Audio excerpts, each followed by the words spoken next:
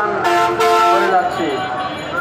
আজকে প্রিয় দেশবাসী ও সাংবাদিক বন্ধুগণ, আমরা বাংলাদেশের বিভিন্ন অঞ্চলে গ্রামীণ ব্যাংক কর্মরত দৈনিক ভিত্তিক পিয়ন কাম গার্ড হিসাবে কর্মরত ৩,০০০-এরও অধিক কর্মকর্তা আছি। বাংলাদেশের শ্রম আইন অমান্য করে এবং গ্রামীণ ব্যাংক তার নিজের তৈরি আইন না মেনে আমাদেরকে ৩২ বছর ধরে অধিকার থেকে বঞ্চিত করে আসছে। নিয়োগ বিধি অনুযায়ী ৯ মাস পর চাকরি স্থায়ীকরণ করার কথা থাকলেও আমাদের ক্ষেত্রে এই বিধান মানা হচ্ছে না। আমরা গ্রামীণ ব্যাংকের কর্মকর্তা যারা সর্বসময় হয়রানি, কারণ ছাড়াই ছাঁটাই, কাজে যোগদানে বাধা, বিনা বিশ্রামে কাজ করতে বাধ্য করা সহ নানা ধরনের অমানবিক আচরণের শিকার হচ্ছি। বৈষম্য বিরোধী আন্দোলনের ফলে দেশে আজ নতুন সরকার এসেছে, কিন্তু আমরা যারা গ্রামীণ ব্যাংকে চাকরি করি তারা সেই আগের মতোই বৈষম্যের শিকার হয়ে আসছি। গ্রামীণ ব্যাংক প্রতিষ্ঠাতা বর্তমানে দেশের প্রধান উপদেষ্টা জনাব অধ্যাপক ডক্টর মোহাম্মদ ইউনূস স্যারের কাছে আমাদের আকুল আবেদন, নিম্নোক্ত দাবি সমূহের বাস্তবায়ন করে আমাদেরকে বৈষম্য মুক্ত করবেন। আমাদের আজকে এই যৌথচারী কর্মচারী ভাইয়েরা 13 দিন যাবৎ যে অবস্থান কর্মসূচি করে আসছি, আপনারা জানেন সাধারণ মানুষ বলে এই বাংলাদেশের এত সুনাম ধন্য নোবেল বিজয়ী প্রতিষ্ঠানের কর্মচারীরা আজকে কেন এতদিন ধরে রাস্তায়? কিন্তু গ্রামীণ ব্যাংক প্রশাসন কি ভাবতেছে আমাদের জানা নাই। তবে গ্রামীণ ব্যাংকের প্রশাসন ছাত্রদের দিকে দৃষ্টি আকর্ষণ করে বলছি, আমরা আপনাদের সন্তানের মতো আপনাদের এই গ্রামীণ ব্যাংক প্রতিষ্ঠানে আমরা দীর্ঘ ৩২ বছর ধরে কাজ করে আসছি এবং গ্রামীণ ব্যাংকের সুনাম অক্ষুণ্ণ রেখে আমরা কাজ করে আসছি। আমরা কখনো চাইনি আমাদের কারণে গ্রামীণ ব্যাংকের সম্মান নষ্ট হোক, আমরা কেউ বলতেও চাইনি।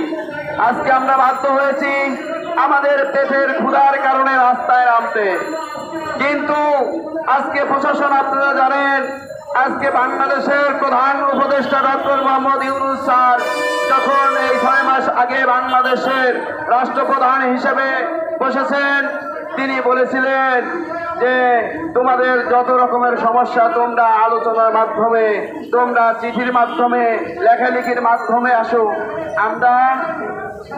আমরা সেটা আলোচনার মাধ্যমে ফায়সালা করে দেবো, তোমাদের রাস্তায় নামতে হবে না।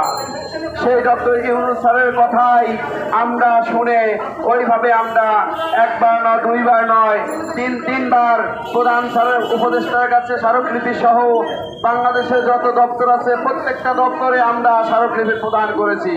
গ্রামীণ ব্যাংকের শাখা পর্যায় থেকে area manager, zonal manager, head office, প্রধান কার্যালয় বরাবর আমরা বারবার স্মারকলিপি প্রদান করেছি। ডক্টর ইউনূস স্যারের কথা অনুযায়ী বারবার আমরা স্মারকলিপি প্রদান করা সত্ত্বেও তারা আমাদের দাবি দাওয়াতে কোনো আলোচনায় বসেন নাই এবং আমাদের ডাকেন নাই। আমরা রাস্তায় আসতে চাই নাই।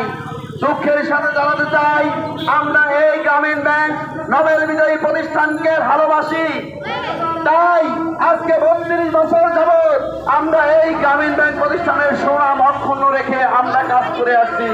দুঃখের সাথে জানাতে চাই, আজকে আমরা এই 32 বছর যাবৎ অস্থায়ী ভিত্তিতে কাজ করতে করতে আমাদের বর্তমান যে অবস্থা হয়ে গেছে, আজকে আমাদের যৌবনকাল শেষ হয়ে গেছে। আজকে আমাদের এমন পর্যায়ে এসে গেছে যে আমাদের আর কোনো জায়গা নাই, আমাদের পিছপা আর কোনো কারণ নাই। সংগ্রামী ভাইয়েরা আমার, সাংবাদিক বন্ধুগণ আমার, আপনাদেরকে জানাতে চাই, বাংলাদেশের ইতিহাসে আপনারা জানেন যে এই স্বাধীন রাষ্ট্রে আমাদের দাবি দেওয়ার কথা বলার কারণে, আমাদের অধিকার বলার কারণে কোনোদিন কোনো চাকরি যায় না, এটা আমরা সবাই জানি।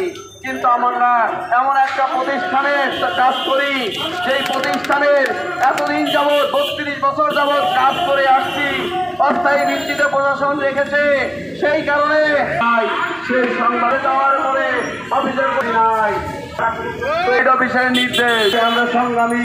এটা কেমন নীতি যে আজকে আমাদের 30-32টি ভাইয়ের আজকে 1 তারিখ থেকে আজকে 24 তারিখ পর্যন্ত 24 দিন আমরা প্রতিষ্ঠানের বাহিরে ঘুরে বেড়াচ্ছি।